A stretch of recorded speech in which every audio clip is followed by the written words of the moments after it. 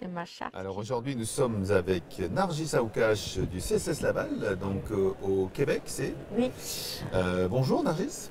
bonjour, très ravie d'être avec vous. Alors on va parler d'un sujet aujourd'hui dans un projet de classe, hein. C'est la grande question sur comment les réseaux sociaux sont devenus des outils d'apprentissage incontournables pour nos élèves. Mhm. Alors auparavant, donc vous êtes enseignante depuis quelque temps au Canada. Oui, oui, ça fait 15 ans que j'enseigne justement au centre scolaire service de Laval et je suis une enseignante de français très intéressée par l'utilisation du numérique en classe, surtout l'iPad, les réseaux sociaux et la classe inversée. Ok, alors c'est une fan de numérique, hein, Ouais. dans l'éducation, Nargis. Là aujourd'hui on va essayer de comprendre en quoi les réseaux sociaux sont devenus donc une source d'apprentissage. On sait qu'au quotidien, les élèves, dans leur quotidien, on va dire, Mhm. qui est le sujet d'ailleurs de Ludovia hashtag Mhm. 21, le Mhm. quotidien avec le numérique, Ok. utilisent les réseaux sociaux et donc c'est l'enseignant qui s'est emparé de ça. C'était quoi un peu l'idée de départ d'utiliser les réseaux sociaux pour qu'ils apprennent des choses? Parce que comme on le sait, là, nos élèves, ils sont vraiment branchés. Donc, il fallait vraiment aller atteindre nos élèves, d'où l'importance de l'utilisation des réseaux sociaux en classe. Parce que normalement, quand on utilise des outils qui intéressent nos jeunes, on arrive vraiment à les motiver plus et à les engager dans l'apprentissage. Donc, j'ai commencé un petit peu par instaurer les réseaux sociaux en classe. On a commencé par YouTube, parce que j'ai inversé ma classe, il fallait que j'écris mes capsules vidéo. Donc, j'ai donné un petit peu le lien, ma chaîne et tout. Les élèves, ils visionnent la capsule à la maison. Donc, on a commencé avec ça. Après, j'ai vu l'engouement pour TikTok, hein. Les vidéos courtes, en fait, ça engage tellement nos élèves. Donc, je me suis dit, tiens, pourquoi pas, je crée une page TikTok. On est parti de ça. J'ai commencé d'abord par initier d'abord les élèves à l'utilisation des réseaux sociaux en classe, le respect de la vie privée, des données personnelles et tout ça.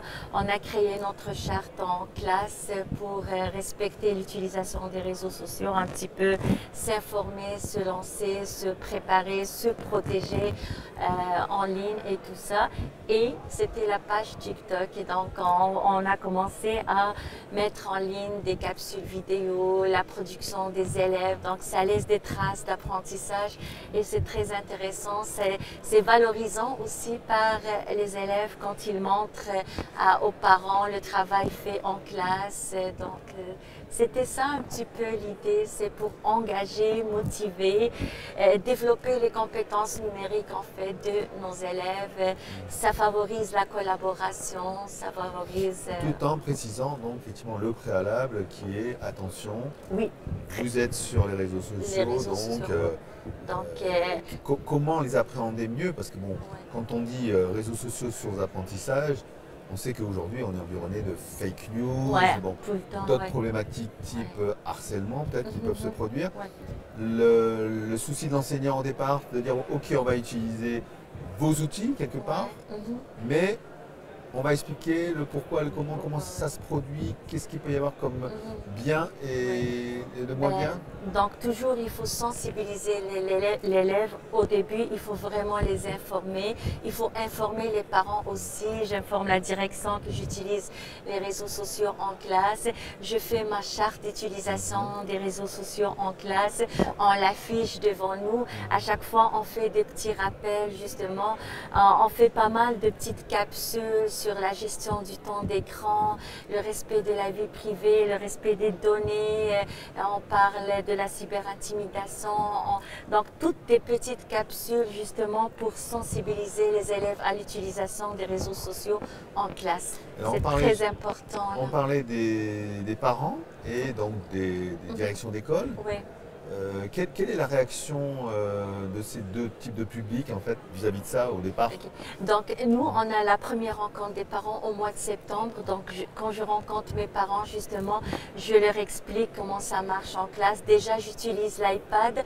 En plus de l'iPad, je vais utiliser les réseaux sociaux. Donc, un petit peu, je présente aux parents tous les réseaux sociaux, là, qu'ils se connectent, ils s'abonnent des fois même. Et puis, il faut tout expliquer aux parents. Et même ma charte, c'est signé par le parent aussi. Donc là, il est au courant, on a des consignes bien claires, bien précises. Il faut les respecter en classe et c'est comme ça que ça marche. Donc la charte, elle est signée par le parent aussi. Ma direction adjointe, elle est informée que j'utilise les réseaux sociaux. Donc tout est OK, tout est correct. Donc on fixe d'abord les règles. Oui. Et ensuite, on va s'amuser avec. Oui, hein, c'est ça. S'amuser On les ajuste au fur Ils et à vont donc mesure. être Oui. acteurs de leur apprentissage. Exactement. Ils vont produire également, c'est ça? Exactement. Là, ils produisent des capsules. Il y a la collaboration. C'est très, très important. Moi, les réseaux sociaux, c'est l'apprentissage collaboratif. Mon Dieu, c'est très, très intéressant. Ils collaborent sur des projets. Là, c'est très intéressant. En plus, on peut créer des capsules. C'est très intéressant aussi. Vous avez commencé par YouTube, qui est un classique, on va dire. Hein, c'est le premier réseau social vidéo qui a existé, on va dire. Et ensuite, donc, vous êtes allé progressivement sur TikTok. C'est-à-dire que vous avez des jeunes de l'âge d'utilisation de TikTok, parce qu'en fait, c'est générationnel, on va dire. Mais j'ai des 12 ans à 14 ans.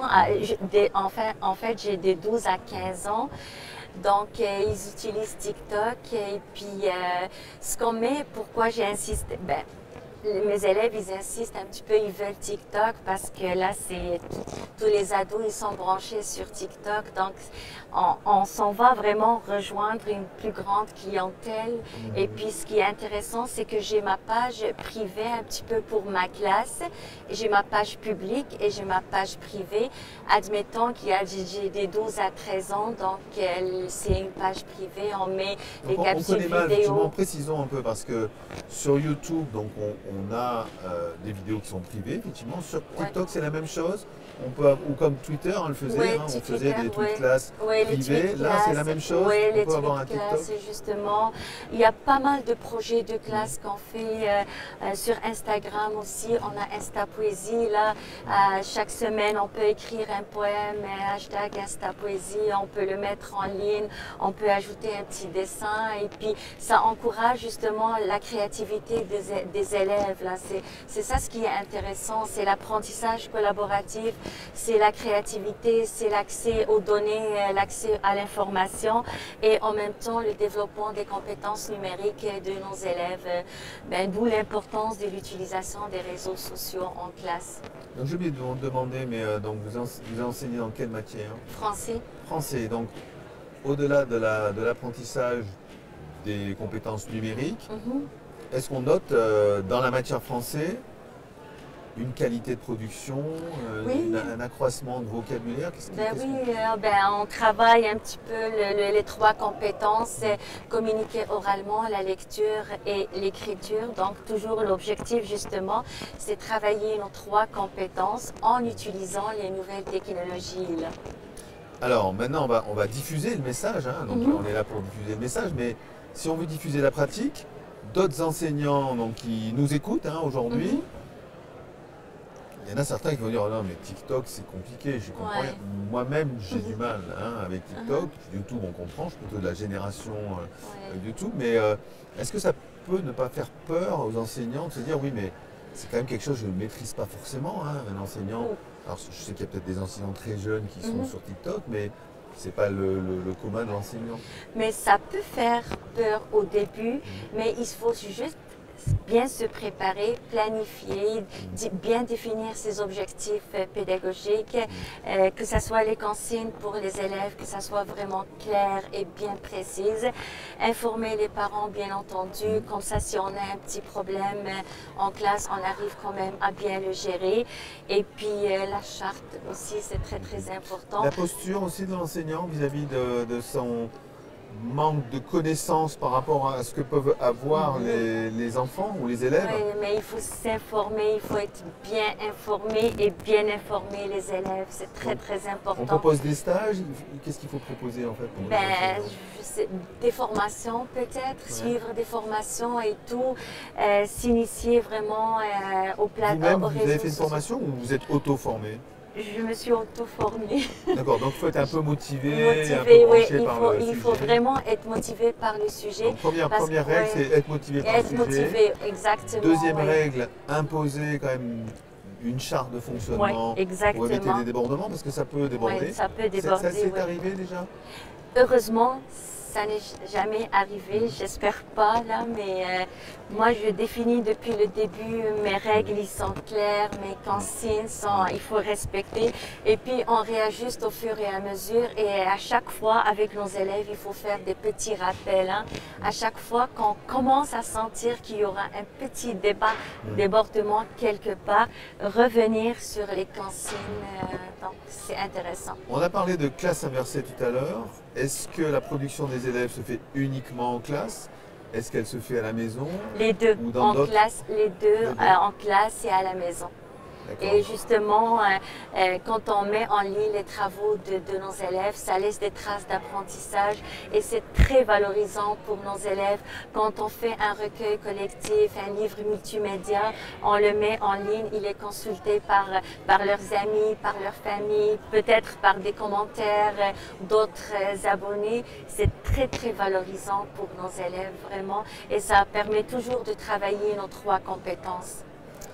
On va revenir sur un peu la vidéo et puis on finira peut-être sur ce sujet, qui est un sujet qu'on connaît un peu plus, ça les Deviens Magazine. TikTok, on parle de TikTok format court. Mhm. YouTube, on peut faire Ben, c'est ça, ce un qui- roman. c'est Donc ça, ce comment qui est roman. comment apprendre la langue en peu de mots et sur des formats courts? Est-ce que c'est plus compliqué? Il faut plus travailler le sujet? Mais parce que même quand on fait nos capsules vidéo, quand ça dépasse 5 minutes, là, ça devient un petit peu ennuyant pour nos élèves. Donc, plus que c'est court, plus on les engage plus qu'on les motive. Donc, un petit peu, c'est ce format court qui attire un petit peu l'attention de Et nos on apprend à élèves. être condensé, Oui, condensé et puis savoir s'exprimer sur un sujet de manière de concise manière, et précise. oui, parce que nos jeunes là, c'est quand une vidéo par exemple explicative qui dure 10 minutes, plus de 10 minutes, là on perd un petit peu la motivation et puis, il y a beaucoup de l'attention bruit, de nos et puis, élèves et tout ça. Donc c'est justement cette version courte qui est vraiment un peu engageante pour nos élèves et après on peut justement expliciter les contenus comme on veut, hein. Ça dérange pas vraiment. D'accord. Bon, ben, merci beaucoup Nargis. Ça m'a fait plaisir. Alors on était avec Nargis Aoukache de Meknès, je précise, mais au CCS de Laval, et on parlait du sujet comment les réseaux sociaux sont devenus des outils d'apprentissage incontournables pour nos élèves. Ah.